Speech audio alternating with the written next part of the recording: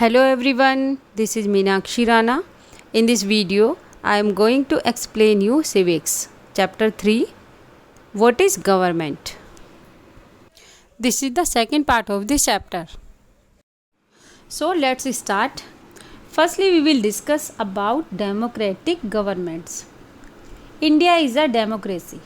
This achievement is the result of a long and eventful struggle of the Indian people.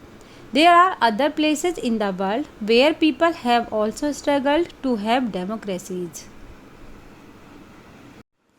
India एक लोकतंत्र है। इस achievement को पाने के लिए इंडियन पीपल ने बहुत स्ट्रगल किया। वर्ल्ड में कई और प्लेसेस भी हैं जहां लोगों ने डेमोक्रेसीज के लिए स्ट्रगल किया। जैसा कि हमने इस चैप्टर में पहले ही बताया है कि डेमोक्रेसी की मेन बात यह है कि इसमें लोगों को अपना लीडर चुनने की पावर होती है। इसलिए एक अर्थ में डेमोक्रेसी लोगों का ही शासन होता है। बेसिक आइडिया यह है कि लोग इन रूल्स को बनाने में भागीदार बनकर खुद ही शासन करें। Look at the next para. Democratic governments in our times are usually referred to as representative democracies. आज के टाइम में लोकतांत्रिक सरकार को प्रतिनिधि लोकतंत्र कहते हैं। इस लोकतंत्र में लोग डायरेक्ट पार्टिसिपेट नहीं करते बल्कि इलेक्शन द्वारा अपने प्रतिनिधि को चुनते हैं।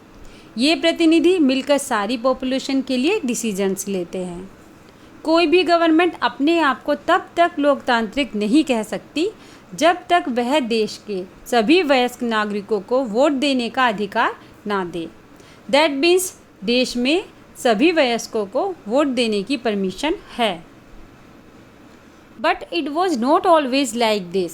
Can you believe that there was a time when governments did not allow women and the poor to participate in elections? In their earliest forms, governments allowed only men who owned property and were educated to vote. But हमेशा ऐसा नहीं था। क्या आप believe कर सकते हैं कि एक टाइम ऐसा था जब गवर्नमेंट वीमन और पुअर लोगों को इलेक्शन में पार्टिसिपेट नहीं लेने देती थी। स्टार्टिंग में सरकारें केवल उन्हीं लोगों को वोट देने देती थी जो एजुकेटेड होते थे और जिनके पास अपनी प्रॉपर्टी होती थी। इसका मतलब था कि औरतों, गरीबों और बिना पढ़े लिखे लोगों को वोट देने का अधिकार नहीं था। ऐसी कंडीशन में देश उन्हीं रूल्स और रेगुलेशंस के सहारे चलता था जिन्हें ये कुछ लोग बनाते थे। In India before independence only a small minority was allowed to vote and they therefore came together to determine the fate of the majority.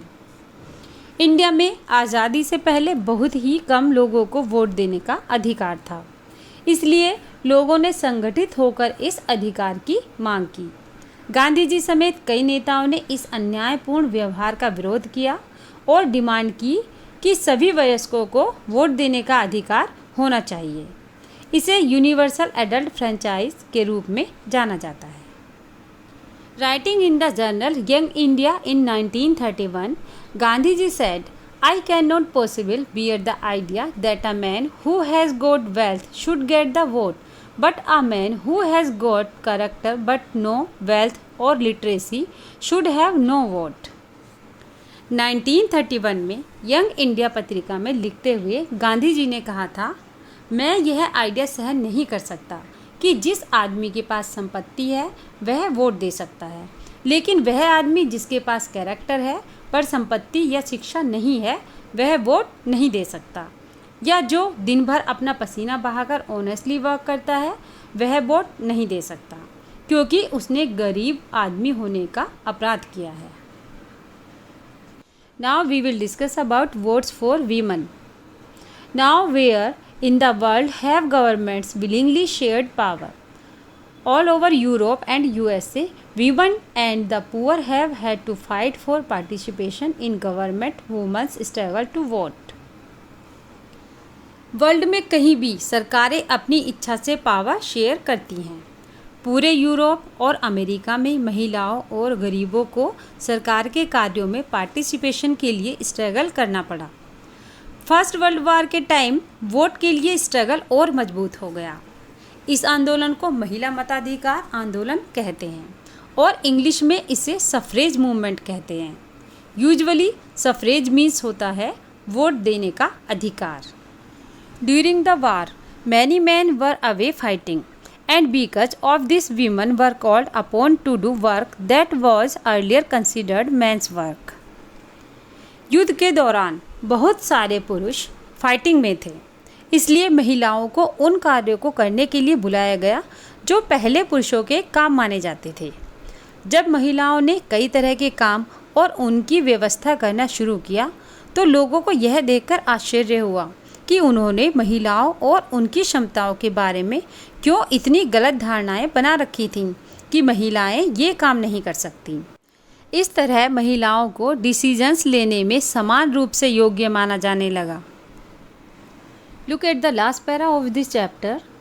The suffragettes demanded the right to vote for all women and to get their demands heard they change themselves to railing in public places.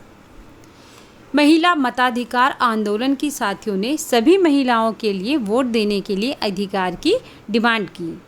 उनकी आवाज़ सुनी जाए, इसके लिए उन्होंने जगह जगह पर अपने आप को लोहे की जंजीरों से बांधकर प्रदर्शन भी किए। उनमें से कई क्रांतिकारी महिलाएं जेल भी गईं और भूख हड़ताल पर भी बैठीं। अमेरिका में औरतों को वोट देने का अधिकार 1920 में मिला, जबकि इंग्लैंड की औरतों को यह अधिकार कुछ सालों बाद 1928 में मिला था। So students, that was your all chapter. I hope you have understood very well. If you like this video, please subscribe to my channel and don't forget to press the like button. Thanks for watching. Have a good day.